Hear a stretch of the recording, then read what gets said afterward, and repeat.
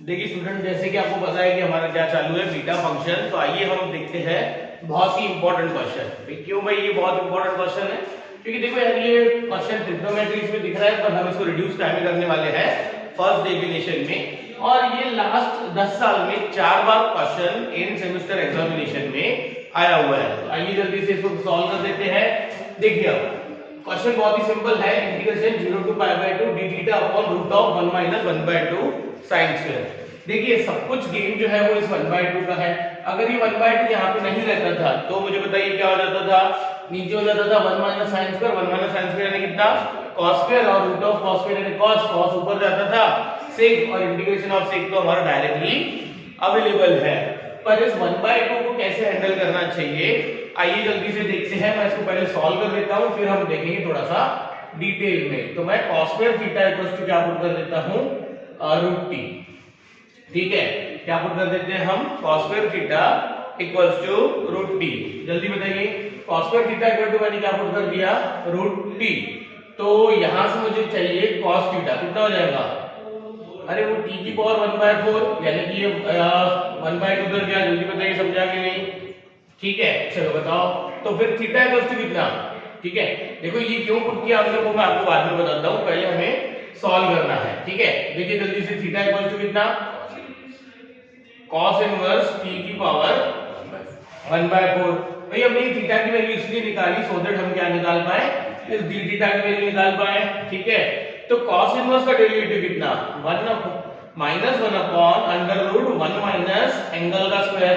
जल्दी बताओ, t की पावर 1/4 का स्क्वायर कितना? t की पावर 1/4 का स्क्वायर देखा जाए तो ये 2/4 1/2 हो जाएगा। नेक्स्ट स्टेप में कर देते हैं। ठीक है, पर मुझे बताइए, ये तो डेरिवेटिव सिर्फ cos इनवर्स का हुआ, इनटू t की पावर 1/4 का भी डेरिवेटिव होना चाहिए, क्योंकि वो कंपोजिट फंक्शन है।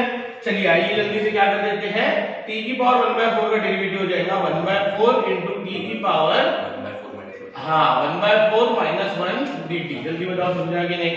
इसको थोड़ा सीधा करके लिख देते हैं। तो सीधा करके लिखेंगे तो ये dt इक्वल्स टू क्या हो जाएगा?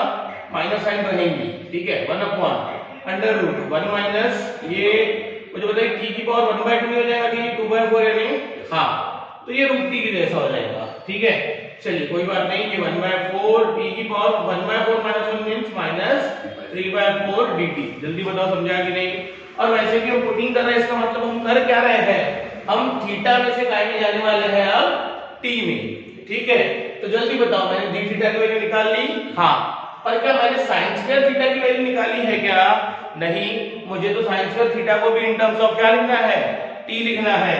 तो आइए जल्दी से मैं क्या कर देता हूं, देखो इधर sin स्क्वायर, देखो हमने पुटिंग cos स्क्वायर की जगह की है, तो क्या आप sin स्क्वायर थीटा को cos स्क्वायर थीटा के फॉर्म में लिख सकते हो? हाँ, लिख सकते हैं। क्या? 1 माइनस cos स्क्वायर थीटा। तो जल्दी बताइए, 1 माइनस cos स्क्वायर थीटा किया तो 1 माइनस क्या है ये cos square theta? Under root t। और ये वैल्यू हो गई हमारी काय की? sin स्क्वायर थीटा की। जल्दी बताओ, अब बताओ क्या है? क्या लिमिट्स कन्वर्ट करना, क्योंकि ये 0 to पाई बाय 2 किसकी लिमिट है? थीटा की। अब हम वेरिएबल किस में जा रहे हैं? t में। तो हमें क्या करना पड़ेगा? t की लिमिट्स चाहिए होंगी। ठीक है, चलिए आइए जल्दी से क्या कर देते हैं। देखिए इधर when theta equals to 0 t equals to how much? बताओ, थीटा इक्वल टू 0 cos 0 1 का स्क्वायर 1, पर ये तो रूट t की वैल्यू आई। t की वैल्यू कैसे निकालेंगे? स्क्वायर कर देंगे। तो बेटा 1 का स्क्वायर और रूट t का स्क्वायर फिर भी 1 ही आएगा, तो t की वैल्यू क्या आ जाएगी? 1। बहुत सिंपल है। नेक्स्ट थीटा इक्वल्स टू कितना?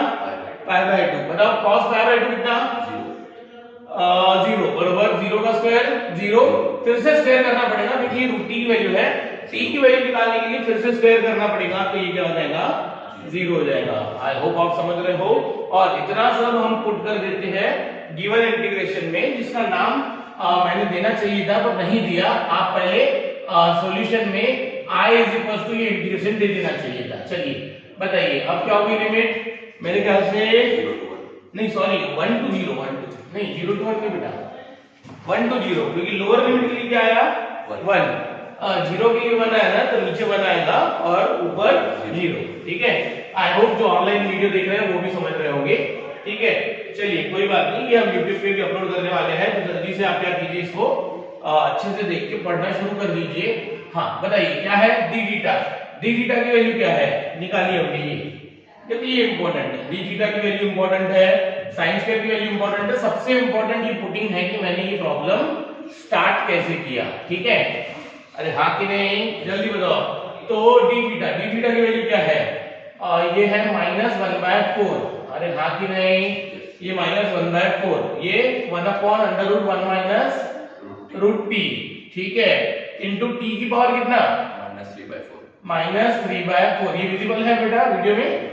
t की पावर -3/4, बोर्ड ऊपर का पूरा विजिबल है ना? हाँ, इनटू कितना? dt। चलो ठीक है।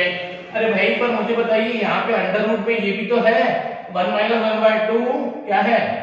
Sine square. बताइए साइन स्क्वायर थीटा की वैल्यू क्या निकाली हमने?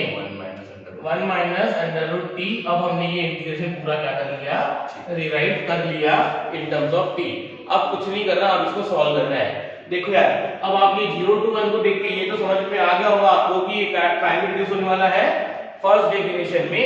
अब कुछ नहीं करना है, कांस्टेंट बाहर करना है और अंदर का डिजाइन हमें वेरिएबल की पावर इनटू 1 माइनस वेरिएबल की पावर अनदर कांस्टेंट की फॉर्म में लिखना है।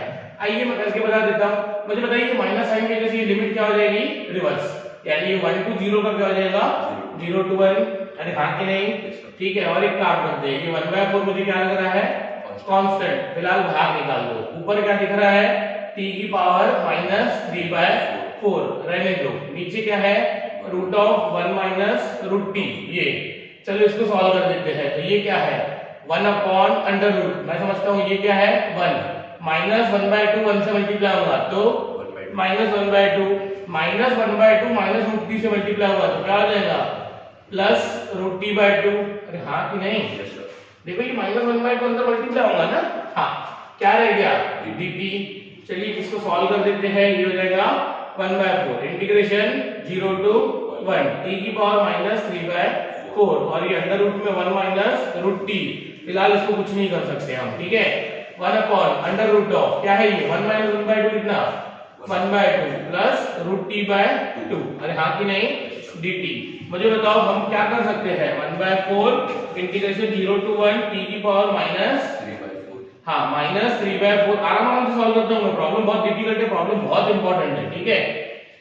नेक्स्ट, हाँ ये हो जाएगा √1 माइनस √t। अरे हाँ कि नहीं? ठीक है। 1/, मैं समझता हूँ कि इधर से हम क्या करेंगे? √2 क्या निकालेंगे? 2 कॉमन निकालेंगे, पर बाहर निकल के दिखेगा क्या? वो √2 दिखेगा, ठीक है। अरे ये कॉमन निकाल रहे हैं ना, सॉरी, हम यहाँ से 1/2 कॉमन निकाल रहे हैं, पर वो बाहर निकल के दिखेगा क्या? क्योंकि ये स्क्वायर रूट है तो 1/√2। देखा जाए तो 1 का भी रूट होगा, पर 1 का रूट क्या होता है? 1 ही होता है, ठीक है। तो आप अंदर से कॉमन 2 निकालो, पर बाहर निकल के वो क्या दिखेगा? √2, ठीक है। अंदर क्या बचा? जल्दी बताएं। 1 प्लस √t। जल्दी बताइए, समझा कि नहीं? अब बताओ 1/√2, तो ये √2 न्यूमरेटर में जाएगा क्या? जाएगा। तो ये √2 में क्या कर देता हूँ? एज अ कांस्टेंट बाहर कर देता हूँ। आई होप आप समझ रहे हो। इंटीग्रेशन 0 to कितना? 1 t की पावर -3/4।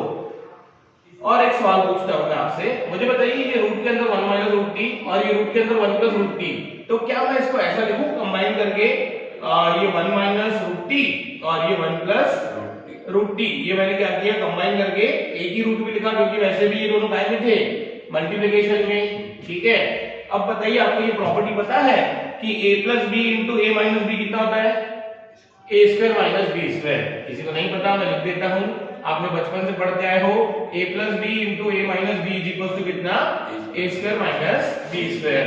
तो मुझे बताइए ये a प्लस बी यानी 1 प्लस √t और ये 1 माइनस √t, ये a प्लस बी, तो ये a माइनस बी हुआ, तो ये क्या हो जाएगा? a square minus B square.